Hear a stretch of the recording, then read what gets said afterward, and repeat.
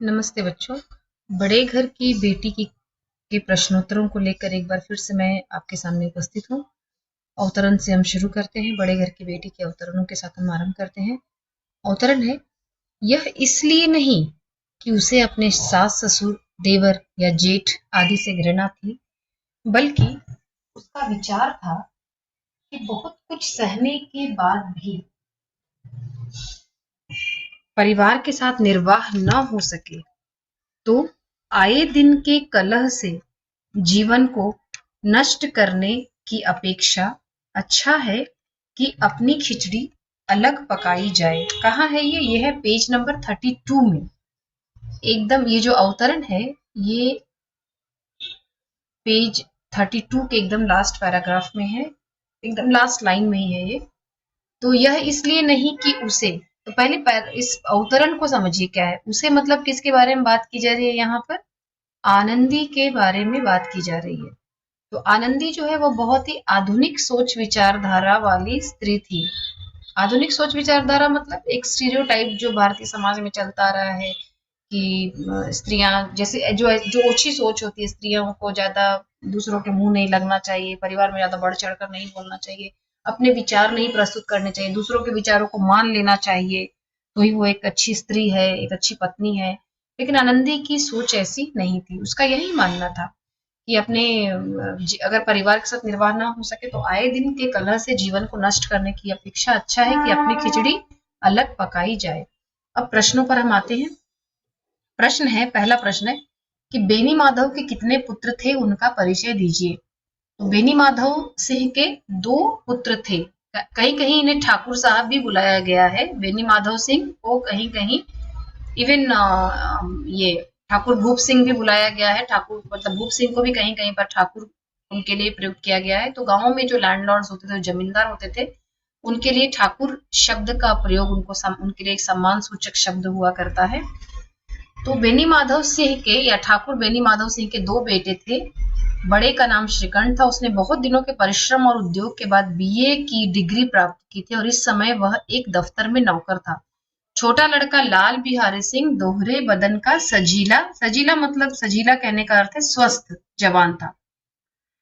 अगला अवतरण है, उसी अवतरण पर अगला प्रश्न है, श्रीकंठ कैसे विचारों के व्यक्ति थे? तो श्रीकंठ बीए की डिग्री उन्होंने अंग्रेजी विषय में ली थी, लेकिन सामाजिक जो पाश्चात्य सामाजिक प्रथाएं होती हैं उनका उनको वे फॉलो नहीं करते थे, बल्कि वे अक्सर बड़े जोर शोर से उसकी निंदा और तिरस्कार किया करते थे। और प्राचीन सभ्यता का गुणगान करना, मतलब जो भी हमारे भारतीय सभ्यताएं हैं, उस सभ्यता में जो प्राचीन सभ्यता में जो भी हम मानते चले आ रहे हैं, उनका गुणगान करना उनकी प्रकृति का, उनके स्वभाव का प्रधान अंग था। और सम्मिलित कुटुंब के तो वे एकमात्र उपासक थे। सम्मिलित कुटुंब मतलब ज्वाइंट फैमिली। तो ज्वाइंट फैमिली के वे फॉलोवर थे। उपासक कहने का अर्थ है वे उसको फॉलो करते थे। और आजकल स्त्रियों में मिलजुल कर रहने में जो अरुचि थी, मतलब आजकल इनका श्रीकंठ सिंह का मानना था कि आजकल की जो विमेन होती हैं, बहुत ही मॉडर्न विमेन जो होती हैं, वे संयुक्त परिवार में मिलजुल कर नहीं रहना चाहती हैं। तो श्रीकंठ सिंह इस प्रकार की अरुचि को, इस प्रकार की सोच को जाति और समाज दोनों के लिए ही हानिकारक समझते थे। अगला प्रश्न है, गांव की स्त्रियां श्रीकंठ की निंदक क्यों थी? तो श्रीकंठ स्त्रियों में मिलजुल कर रहने में जो अरुचि थी, स्त्रियों में जो अरुचि की भावना आजकल उत्पन्न हो गई है, उसे जाति और समाज के लिए हानिकारक समझते थे। और श्रीकंठ सिंह की सोच थी कि हमें मिलजुल कर रहना चाहिए, सम्मिलित कुटुंब में रहना चाहिए, और सम्मिलित कुटुंब में रहने से ही हम राइज कर सकते हैं, हमारी तरक्की हो सकती है। तो उनकी ऐसी सोच के कारण उन्होंने कई टूटते हुए घरों को उन्होंने जोड़ दिया था। इसीलिए गांव की स्त्रियां श्रीकंठ की निंदक थीं। कोई कोई तो उन्हें अपना शत्रु समझने में भी संकोच नहीं करती थी, मतलब उन्हें अपना दुश्मन मानती थी। कई स्त्रियां ऐसी भी थी। आनंदी के सम्मिलित कुटुंब के बारे में राय जो जो उसकी अपनी सोच थी, वो अपने पति से अलग क्यों थी? आनंदी स्वभाव से बड़ी अच्छी स्त्री थी। वह घर के सभी लोगों का सम्मान और आदर करती थी, लेकिन उसकी सोच संयुक्त परिवार के बारे में अपने पति से थोड़ी अलग थी। जहां उसके पति का मानना था कि हमें संयुक्त परिवार में किसी भी तरह से हमें संयुक्त परिवार में रहना चाहिए, लेकिन उसकी उसकी आनंदी की यह सोच थी कि बहुत कुछ अगर समझौता कर लिया, कॉम्प्रोमाइज कर लिया, उसके बाद भी अगर परिवार में रहना बहुत मुश्किल है, तो अच्छा है कि हम अलग हो जाएं। आनंदी और उसके देवर के बीच झगड़े का क्या कारण था? आनंदी ने एक जो दोपहर का समय था और दोपहर के समय आनंदी पूरा खाना बनाकर बैठी थी और प्रतीक्षा कर रही थी लाल बिहारी सिंह की। ऐसे समय में लाल बिहारी ने क्या किया, वह चिड़िया मार कर लाया और उसे पकाने के लिए दिया, आनंदी को पकाने के लिए दिया। आनंदी ने जितना भी घी था वह मांस पकाने में उपयोग कर लिया था, जिसके कारण दाल में घी नहीं था और दाल में घी का न होना ही उन दोनों के बीच में जो झगड़ा हुआ था उसका कारण था। मतलब लेकिन यहाँ पर ज्यादा जरूरी यह जानना है कि इसका कारण मात्र दाल में घी होना नहीं था, बल्कि अ, लाल बिहारी में जो क्रूरता की भावना थी, उसकी सोच में जो ओछी सोच थी उसकी, और बात बात पर तिनक जाना, गुस्से में आ जाना, तो यह भी इसका मुख्य कारण था। लाल बिहारी के किस कथन से आनंदी को दुख पहुंचा और क्यों? घी की बात को लेकर लाल बिहारी ने अपनी भाभी को ताना मार दिया, टॉन्ट कस दिया उसने, कि जैसे उनके यहाँ मायके में घी की नदियां बहती हैं, और यही आनंदी के दुख का कारण था, क्योंकि आनंदी बड़े घर की बेटी थी और उसके यहाँ किसी भी चीज की कोई कमी नहीं थी। बेनी माधव सिंह ने अपने बेटे का क्रोध शांत करने के लिए क्या किया? बेनी माधव सिंह, यहाँ टेक्स्ट बुक में लिखा है, बेनी माधव सिंह पुराने व्यक्ति थे। पुराने व्यक्ति कहने का अर्थ है अनुभवी थे, और अपने बेटे के क्रोध को उन्होंने शांत करना चाहा। तुरंत उन्होंने बाजी पलटी, क्योंकि उनके यहाँ जो कुछ लोग थे, गांव के जो लोग थे, वे ओका चिलम के बहाने वहां आ रहे थे और उनकी बातों से अपना मनोरंजन करना चाहते थे।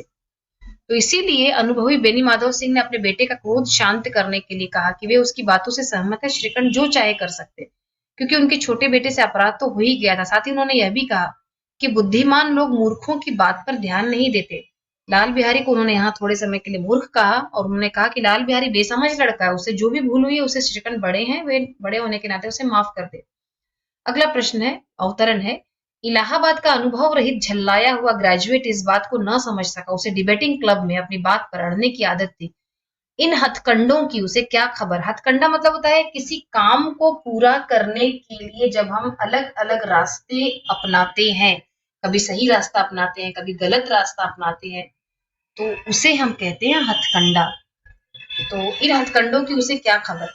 तो गांव के लोग, यहाँ पर एक बार हम अवतरण समझते हैं कि इलाहाबाद का अनुभव रहित झल्लाया हुआ ग्रेजुएट इस बात को ना समझ सका। कौन सी बात को ना समझ सका, क्योंकि उसके पिता ने बात पलट दी थी। अभी तक उसके पिता मतलब एकदम गर्मा गए थे, गुस्से में आ गए थे कि अचानक से इसे क्या हो गया, श्रीकंठ को क्या हो गया, वो अलग गृहस्थी बसाने की मांग क्यों कर रहा है।